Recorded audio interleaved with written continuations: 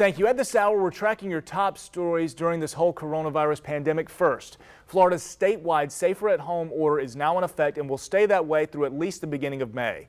Governor Ron DeSantis also signed another order that supersedes all local mandates. So, while Jacksonville Mayor Lenny Curry and other leaders sought to ban large religious gatherings to limit the spread of the virus, DeSantis' new mandate would technically allow for services as long as social distance is maintained and you've got 50 or less.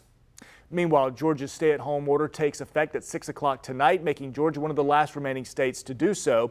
And turning our attention now specifically in Duval County, Publix has confirmed that 2 local employees at their stores have tested positive for COVID-19. One of the employees works at the store on Atlantic and Hodges, the other on 103rd Street. Tracking counties hit hardest by the virus as we do continue to look at numbers this morning. Duval reports 47 new cases.